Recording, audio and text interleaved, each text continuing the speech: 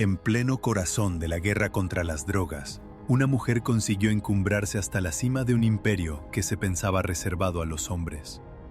La llamaron la Reina del Pacífico. Como una heredera de los viejos cárteles se convirtió en el rostro más controvertido del narcotráfico mexicano. En la costa del Pacífico mexicano, bajo la luz blanca de los años 70, las olas golpean la roca como tambores de guerra. El viento trae rumores. Arrastra el olor a sal, al óxido de los cargueros, al diésel quemado y ya también ese olor más acre del miedo. Porque en estas rutas marítimas comienzan a alzarse sombras. Hombres, primero, clanes enteros que descubren que el mar ya no es solo fuente de sustento. Se vuelve pasaje, se vuelve promesa, se vuelve crimen. Al norte, más allá de la frontera, Estados Unidos exige cada vez más polvo, más hierba enrollada, más agujas y más humos. Al sur, campesinos mexicanos queman la tierra, siembran marihuana, arañan las montañas con amapolas rojas y blancas y venden su sudor a quienes saben abrir las rutas. La DEA observa, cuenta, traza mapas. El Department of Justice anota cifras y nombres. Pero en los campos de Sinaloa, de Jalisco, de Michoacán, otras manos escriben una historia sin papel ni sello. Una historia de sangre. Los años 70 avanzan. Los camiones suben hacia la frontera. Las avionetas cortan la noche con un ruido seco de hélice. La marihuana mexicana pasa más allá de las rejas. La heroína la sigue, escondida en neumáticos, en depósitos de gasolina, en cuerpos. Cada decomiso anotado por los agentes estadounidenses no es más que la espuma. Debajo, se forma una corriente más profunda. Busca una forma, un rostro, una bandera. En el occidente de México, las organizaciones se agrupan, se aprietan, se traicionan, se emparentan. De Sinaloa a las colinas de Jalisco, familias enteras se enlazan en el silencio de las veladas. Lo que aún no es más que un entramado de bandas, pronto llevará un nombre. Más tarde, los informes de la DEA, los expedientes del gobierno mexicano lo anunciarán.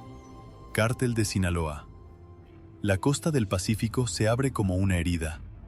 Los puertos de Colima, de Michoacán, de Jalisco, de Sinaloa se convierten en puertas. Manzanillo, Lázaro Cárdenas, nombres de ciudades toman el peso de ciudadelas.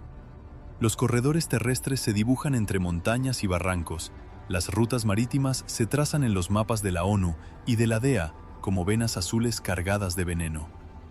A partir de los años 80, otro río se suma al primero. Desde más lejos, desde el sur, sube la cocaína sudamericana. Colombia envía, México recibe, redistribuye, cobra. El mar, que refleja el sol como un escudo, esconde bajo su superficie los contenedores, las bodegas, los paquetes que se deslizan hacia el norte. Es en este mundo que se abre y se pervierte donde nace una niña, en 1960, en Tijuana, Baja California. Respira el aire espeso de polvo, de gasolina y de fronteras. Su nombre es sencillo, aún casi transparente: Sandra Ávila Beltrán. Tijuana, ciudad de ruidos e intercambios, ciudad al borde del abismo estadounidense, la acoge. Crece entre los neones de los bares, los camiones que esperan frente a los puestos de control, los gritos de los vendedores ambulantes. Los periódicos todavía no hablan de ella, pero ya su linaje la precede como una sombra, porque su sangre no es la de una niña anónima. Lleva las huellas de hombres a quienes la historia criminal de México nombra y teme. En su rama materna se inscribe un nombre que pesa: Miguel Ángel Félix Gallardo. Es su tío. En la prensa, en las bocas de los policías, en los informes oficiales, se vuelve el padrino de Guadalajara, uno de los fundadores de ese cártel que, antes que Sinaloa, da estructura al caos. En los años 80, se une a las leyendas negras. Cuando el agente de la DEA, Enrique Kiki Camarena, es secuestrado, torturado, asesinado, los expedientes judiciales mexicanos y estadounidenses lo señalan. En 1989, cae, arrestado, mostrado al país como un trofeo destinado a apaciguar la furia de Estados Unidos. Pero su caída deja tras de sí una red fragmentada y una familia marcada. Alrededor de Sandra circulan otros nombres: primos, aliados, hombres de Sinaloa que la prensa, El Universal, Proceso, Televisa, vinculan a los clanes de traficantes.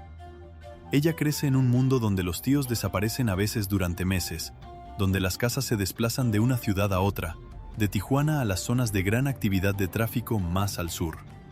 Su infancia avanza entre las calles saturadas de la frontera y los caminos polvorientos del noroeste mexicano. Ve las camionetas cargadas que parten al amanecer, las maletas más pesadas al regreso, las conversaciones que se interrumpen en cuanto ella entra en la habitación. La pobreza extrema de los pueblos y la riqueza repentina de algunos vecinos levantan, ante sus ojos de adolescente, la frontera más violenta, la que separa a quienes asumen el riesgo y a quienes lo pagan. En medio de este tumulto, Sandra avanza en la vida. Las biografías periodísticas, construidas a partir de los expedientes policiales y judiciales, la describen pasando de Tijuana a otras ciudades del noroeste, allí donde los tráficos hierven bajo la superficie.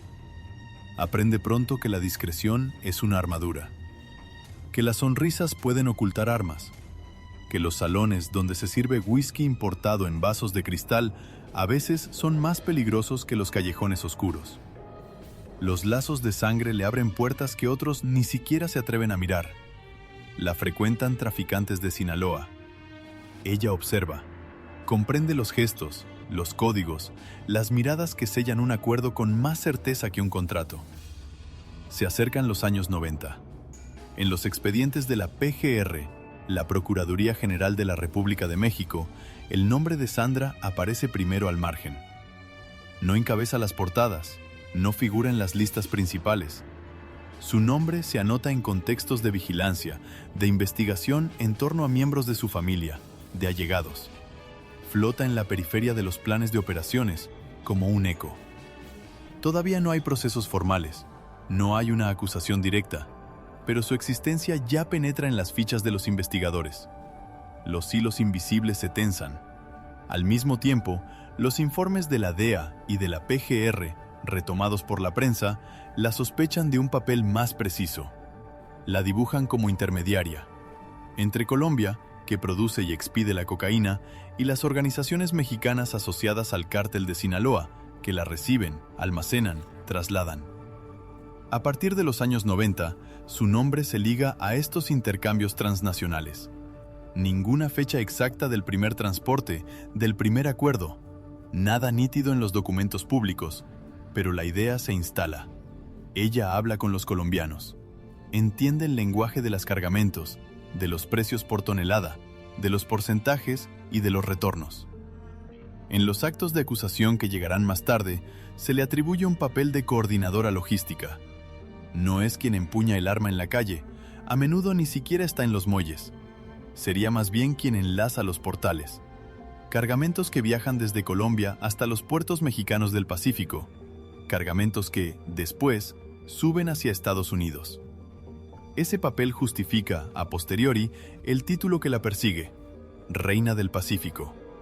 Porque es precisamente el mar, sus puertos, sus rutas, lo que estaría en el corazón de sus negocios. En paralelo, el mundo institucional se estrecha.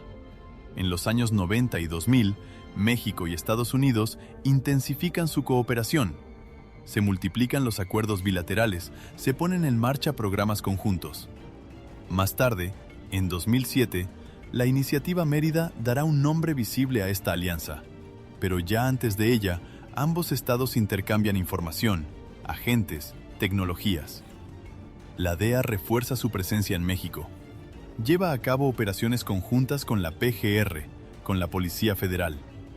La costa del Pacífico, con sus flujos de cocaína en aumento, se convierte en un escenario prioritario.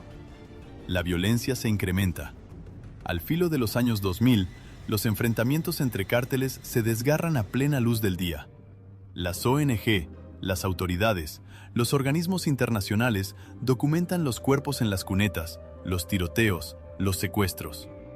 Los periódicos muestran cada mañana la contabilidad macabra. El gobierno mexicano, frente a esta tormenta, decide mostrar su fuerza. Quiere golpear a las figuras de alto nivel, dar nombres, rostros a sus victorias. En ese contexto, la sombra de Sandra se recorta con mayor nitidez. Una mujer, en un mundo de jefes masculinos, atrae las miradas. En el centro de estos flujos, las autoridades identifican células de coordinación logística, grupos encargados de la recepción, el almacenamiento, el traslado. Hombres que no llevan uniforme, pero que mandan sobre las rutas, los camiones, los barcos. Los expedientes mencionan estas redes como engranajes indispensables. Es en este espacio preciso donde se sitúa, más tarde, el papel atribuido a Sandra Ávila Beltrán y a sus asociados. No es una soldado, sino una llave. Si sus vínculos familiares la colocan en el centro de la tradición narco, sus conexiones internacionales la sitúan en el cruce de las corrientes. Así, lentamente, nace una imagen pública. A comienzos de los años 2000, la prensa mexicana empieza a pronunciar un apodo: la Reina del Pacífico. Reforma, El Universal y otros periódicos lo emplean a raíz de investigaciones policiales sobre redes de cocaína. El título seduce a los redactores, marca los espíritus, mezcla misterio, poder, feminidad. En un universo saturado de capos masculinos, la presencia de una reina crea un contraste brutal. La opinión se aferra a esta palabra como a un mito naciente. En 2007, cuando llega la detención, ese apodo ya no es solo una invención de periodistas. Las propias autoridades, en sus comunicaciones públicas, lo utilizan. La PGR, la Policía Federal, la Secretaría de Seguridad Pública Mexicana lo emplean frente a las cámaras. Las fotos de ficha policial, las fotografías oficiales, los videos de presentaciones públicas muestran a una mujer esposada, pelo tirante, rostro limpio. Los reportajes televisivos se apoderan de la paradoja. Una mujer que ocupa, según dicen las autoridades, un papel de alto nivel en una red transnacional de tráfico de cocaína. La escasez estadística de mujeres en esos puestos se señala en estudios académicos, en los análisis de la UNODC sobre el crimen organizado en América Latina. Es una anomalía, y las anomalías fascinan. Sin embargo, detrás de la imagen glamurosa pegada por ciertos medios, detrás de los titulares espectaculares, la calificación penal sigue siendo fría, despojada. Tráfico de drogas, asociación de malhechores, lavado de dinero. Los escritos de acusación, esos, no emplean ni corona ni reino. Describen flujos, cuentas, comunicaciones interceptadas. Pero este desfase alimenta la tensión. Entre la reina mediática y la acusada jurídica se abre un abismo. Es en ese abismo donde se construye, poco a poco, un caso simbólico, ideal para un México que quiere demostrar al mundo y a Estados Unidos que sabe golpear fuerte. En esta trama ya compleja, avanza otro personaje. Viene del sur, de esa Colombia de donde parten las cargadas blancas. Su nombre completo resuena en los expedientes: Juan Diego Espinosa Ramírez. Las autoridades lo apodan El Tigre. Es ciudadano colombiano, identificado como miembro o asociado del Cartel del Norte del Valle, ese cartel que, en los años 1990-2000, controla gran parte del tráfico de cocaína hacia México y Estados Unidos. Los expedientes judiciales colombianos, mexicanos, estadounidenses lo alinean entre los hombres del polvo y de la sangre. Los servicios mexicanos y estadounidenses no tardan en entretejer su nombre con el de Sandra Ávila Beltrán. Lo presentan como su pareja sentimental, su socio criminal. Ese vínculo íntimo se convierte en el corazón dramático del caso. Porque a través de esta pareja son dos mundos los que se unen: las redes colombianas, productoras y expedidoras, y las redes mexicanas, transportistas, distribuidoras hacia el norte. La dimensión transnacional del tráfico se encarna de golpe. Los escritos de acusación estadounidenses sobre el Cartel del Norte del Valle ya mencionan esas conexiones, esas alianzas en la sombra entre Colombia y México. Ahora, la Reina del Pacífico y el Tigre ofrecen rostros a ese pacto criminal. En los mapas secretos de las agencias, flechas parten de los laboratorios ocultos en los bosques colombianos, atraviesan el Mar Caribe o rodean el continente por el sur, remontan el Pacífico hasta los puertos mexicanos. Desde allí, las rutas terrestres suben hacia la frontera estadounidense.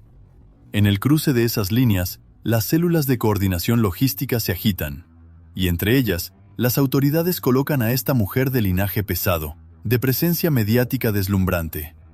Una mujer en un sistema de hombres, una excepción que se señala, que se aísla, que se expone. Entonces, la tensión se anuda. En la costa, los cargueros aún atracan. En las montañas, los campos siguen floreciendo de amapolas. Los informes de la DEA y de la UNODC no terminan de contar las toneladas. Pero en las oficinas de los investigadores, un nombre sobresale, rodeado de un trazo más grueso. En la encrucijada de los flujos de cocaína, entre colombianos y mexicanos, entre puertos y fronteras, se alza una silueta femenina. El Estado mexicano, presionado por la violencia interna y por la exigencia de Estados Unidos, busca un blanco fuerte, un símbolo, un rostro que mostrar al mundo. ¿Hasta dónde llega realmente el poder de esta mujer, en el reino oscuro del Pacífico, y hasta dónde está dispuesto a llegar el Estado para hacerla caer?